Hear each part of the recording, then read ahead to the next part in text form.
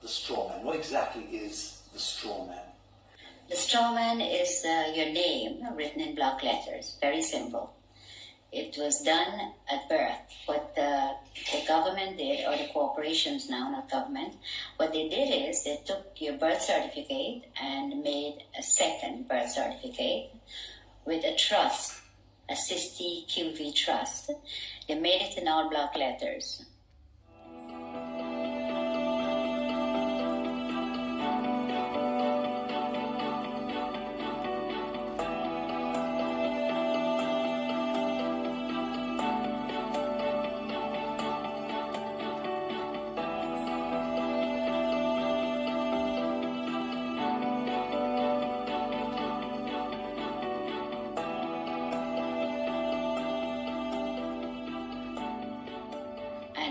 For them to interact with you, they have to interact with you as a fiction because they're all corporations. Corporation cannot interact with real people.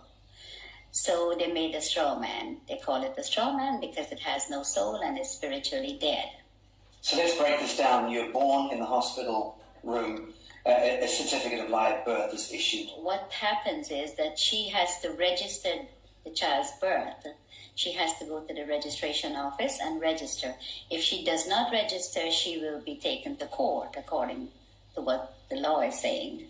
They take the birth certificate that she registered as an informant then that she has the child, and they made a duplicate in all block letters. She didn't, they did. So they turned the living child now into a trust, into a fiction. Trust, yes. Which has a certain value allocated to it. Value, yes. Millions of dollars or pounds. And that trust, let's call it a bond, because that effectively becomes traded thereafter. Yes, it becomes warehouse bond for money. So every human being that is being registered to the state or the crown by the mother ends up becoming some kind of a bond that is traded on the stock market. Yes. Without you ever knowing it. Yes. Without disclosing.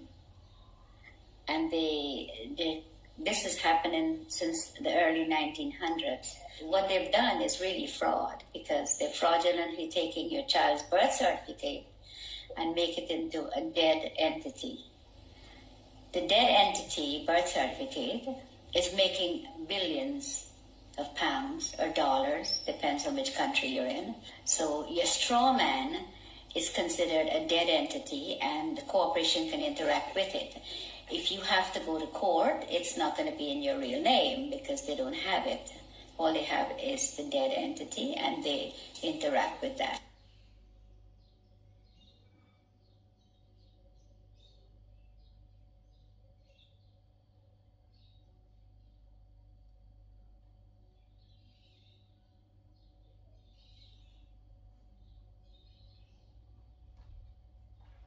So who is reaping the rewards of the value of your bond as it's being traded?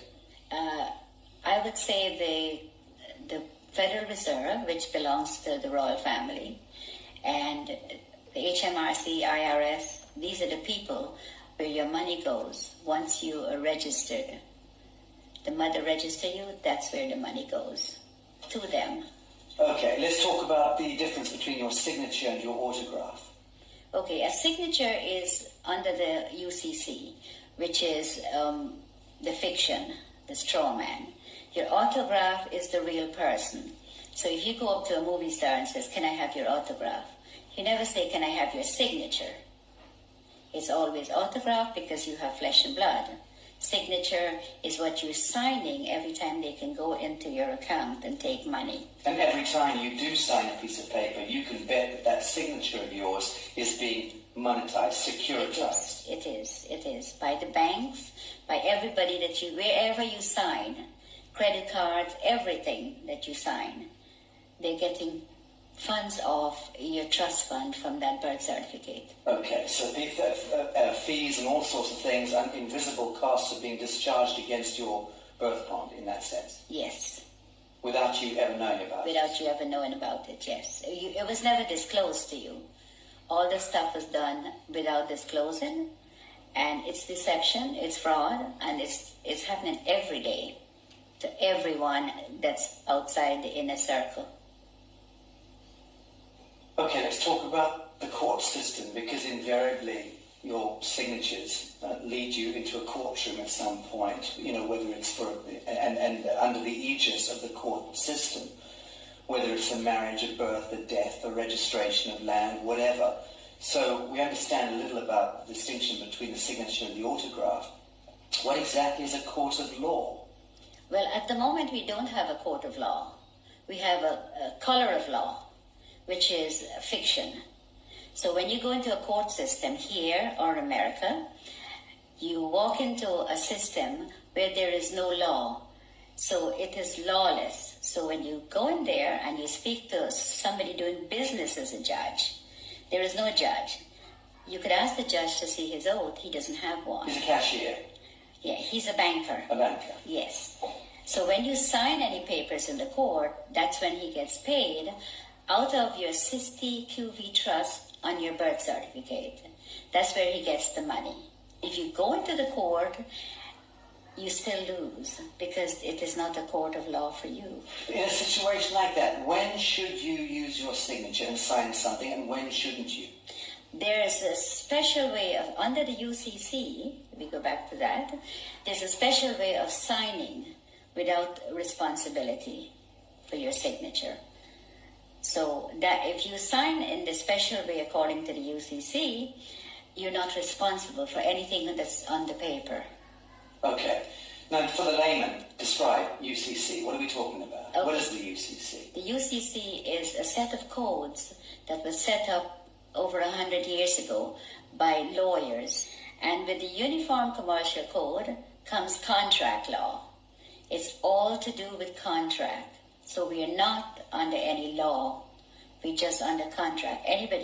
Someone could call you up and says, oh, would you like to contract with me to get TV license or to get something that you need? And you contract. Telephone, everything is contract, everything. And under the UCC, you do not have to sign.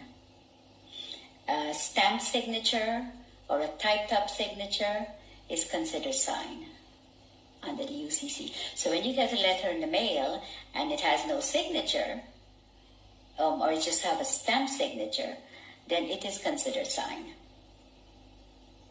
The UCC is very, very important for people to learn about what's going on with their lives, because we are on the contract law, no other law. There is no law at all. In America, the court system is operated under military. When you walk into a courtroom, I don't care which courtroom, if it's a higher court or a lower court, they're under the military. Now you're walking in there and you're not a military member, and you're not told that you've been tried under the military. If you mention the Constitution, the judge says it does not apply in my courtroom. But you don't know what he's saying, because you don't know what they're doing to you when you're there. And all of that language is designed to confuse the hell out of you. Yes, it's designed under the UCC, and they know.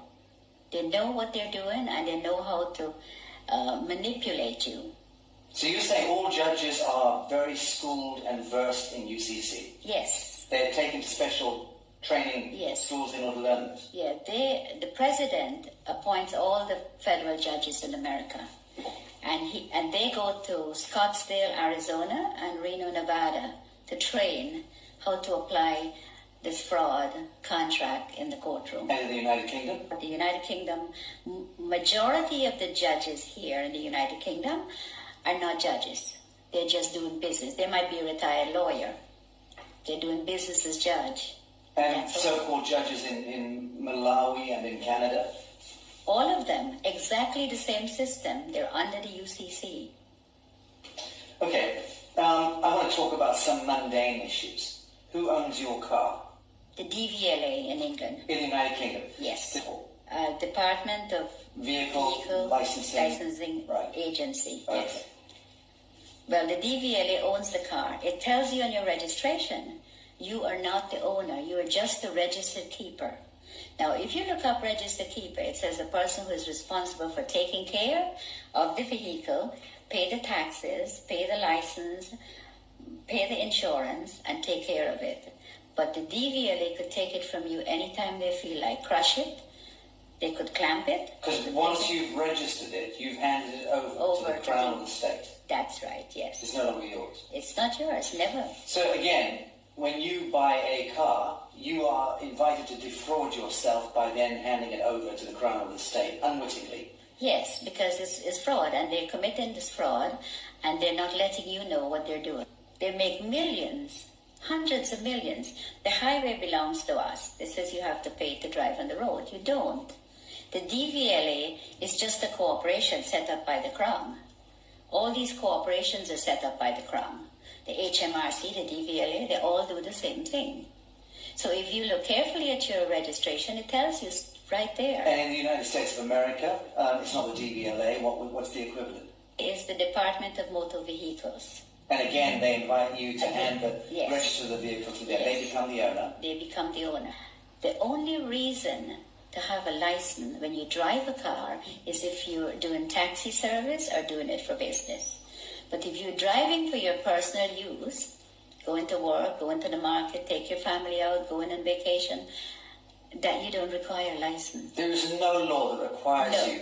You can move about the surface of the earth unmolested. Yes. That's law. That is the law. Yes, that is the law. But that's not what they're But telling these you. fictions, these costumes, these people wielding batons and guns and tasers, they've somehow been given license by the government to apprehend you, arbitrarily stop and search you, terrorize you, rip you out of your vehicle. Who gave the traffic enforcement officers the right to stop and apprehend people going about their God-given business?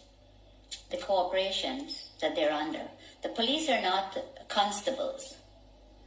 And the Queen took an oath to represent the sovereign people, which she's not doing. She's now a corporation herself. So the police is under corporate. They're not constables. Constables are the people who that beats the street and get to know your neighborhood and speak to the people. Keeps the peace. Keeps the peace, yes. But they're not constables. They're corporate police. If you call a police officer and you know whose side they're on, if you call a police officer and a bailiff is at your door, they will tell you they cannot come because it's a civil matter. But if the bailiff calls them, they will come. That means that they're not working for you, period. They're working for the parent corporation. They're working for the corporation, yes. They're corporate police. How many of the police do you think know this and understand this distinction? I think 90%. Do you really? I do. In the United States and in... And here, yes. Yes, 90% of the police know they're corporate police.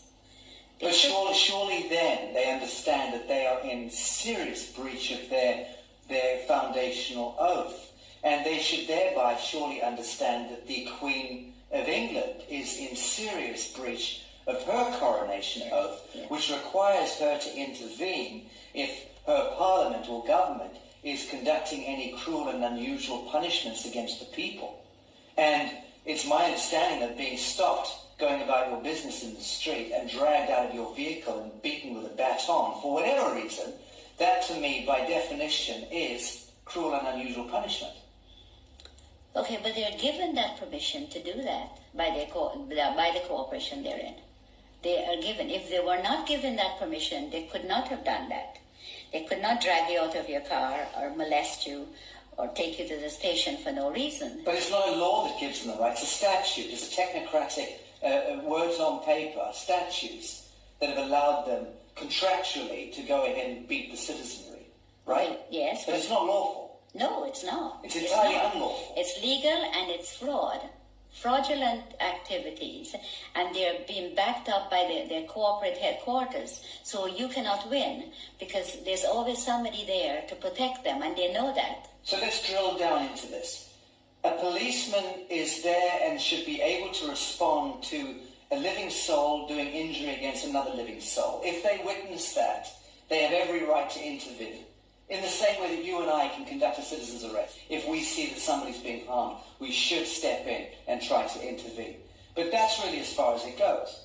They have no business trying to commercialize human beings and penalize us for walking across streets or for not stopping at an amber light or whatever. All of that stuff is just nonsense dreamt up by the corporation. It is. Right. Yes, it is. It's all fraud. Everything they do. And that's why they're giving the opportunity to do this to the sovereign people. Because the sovereign people are ignorant of the Uniform Commercial Code and contract law and how these people operate. They go into the court and they do the same thing. You tell them, don't go. Even if you don't go into the court, they still fine you for the same thing as if you go into the court. But if you go into the court and the police takes you there, then you never win unless you know the law. And they know that you do not know the contract law and that you're under contract and you're walking into a trap. You go in there and the police or whoever is going in there with you, it's always they're the ones who win. You never win. Let's, for instance, say you're driving down the street, you have not hurt anyone, and you got stopped by the police. And the police breathalyze you and says, I have to take you in or I have to fine you. Or both of those. Who did you hurt? Who did you hurt? Who are you going to be paying this money to? You didn't hurt anyone. There's no victim. There's no victim. You have to be a victim under the common law. For there to be a crime. For there to be a crime. It's as simple as that. It is as simple as that, because to give you a ticket or to book you and take you to the station, who did you hurt? There is no one that you have hurt. That's just a commercial penalty. It is a commercial penalty. Okay, so we're getting a picture here that the court systems, the justice system, the policing system, all of these systems are designed to commercialize human beings, harvest them monetarily. Yes. Right. Yes. Very, very little of that expenditure, that energy goes towards keeping the peace. Well, none of it goes towards keeping the peace. They don't keep the peace. All they do is they create the problem and then they find a solution. And then sell you that solution. Yes. And then penalize you if you don't accept the solution. That's right. Right. Sounds like a very rigged casino to me. Rotten to the core. It is. And it seems to me that the average human being would, if they understood this, would utterly reject this system. Of course. If they understood it. Of course. But of course most people are completely indentured to it. Yes. Are mind controlled. Yes. Reading the newspapers, watching the television, and repeating verbatim the bullshit that's taught to them. Yes. So the truth is, it seems to me that human beings are not predisposed toward hurting one another. We don't enjoy going to war. No. We don't enjoy hurting each other. In the main, most people get along and just want to get along. Of course. But the systems conspire Yes. with a model of scarcity economics and drive war and disease and poverty. Of course. That's the only way they can make money.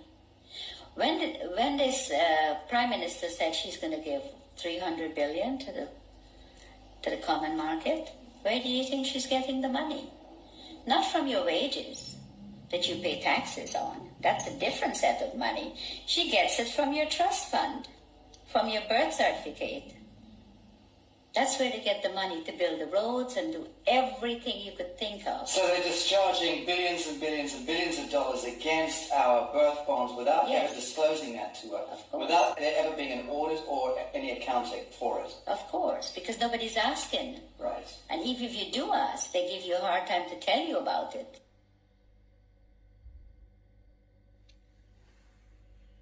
So if you try to go and discover your own birth bond, let's call it that, and you try to discover the true value, how does one go about doing that? You apply to the Federal Reserve for it. There's forms that you can fill in, and you can, once you find the bonds and the serial numbers, you can get it from the Federal Reserve because they have it. And you can then discover the value of your bond? Of course. And the average, let's say, 50-year-old in the United States would be worth what? A 50-year-old in the United States, it could be worth hundreds of millions. But one common, if you go on the website and you put in your birth certificate number, and it comes up only one, you have hundreds of thousands of people are trading on it. Right. That's only one that you know of. I think what I'm getting at is, what do you think it would be the median value of the average 50-year-old by the time they turn 50 in the United States? What is being traded? I would say in their name? I would say maybe $1 billion, over $1 billion, Right. has been traded. Okay. Because when I checked, on one of my numbers is over 283,000 people are trading on it. Can you imagine how much money that is? So when we hear that the US has a debt of $23 trillion or whatever it is, that fictitious money was all pumped out of the air, but effectively it was discharged against the value of Yes. the people. Yes. Right, so that's where the fiction emerges. Yes. And it becomes this huge imbalance that no one quite understands. How on earth do we get that much money? They just made it up as they go along and tell us what they want to tell us. Yes, but they'll validate the making up of that money by, on paper, discharging it against the value of Yes. the citizenry. And the citizens' gold, our sovereign gold. We have gold. For every pound that if you weigh 8 pounds at birth, you have 8 pounds of gold set aside for you. Assigned to you by whom? By the crown. In England? Yes. And in the United States? Yes. By the Treasury? Yes. And because the United States is owned by the crown. let's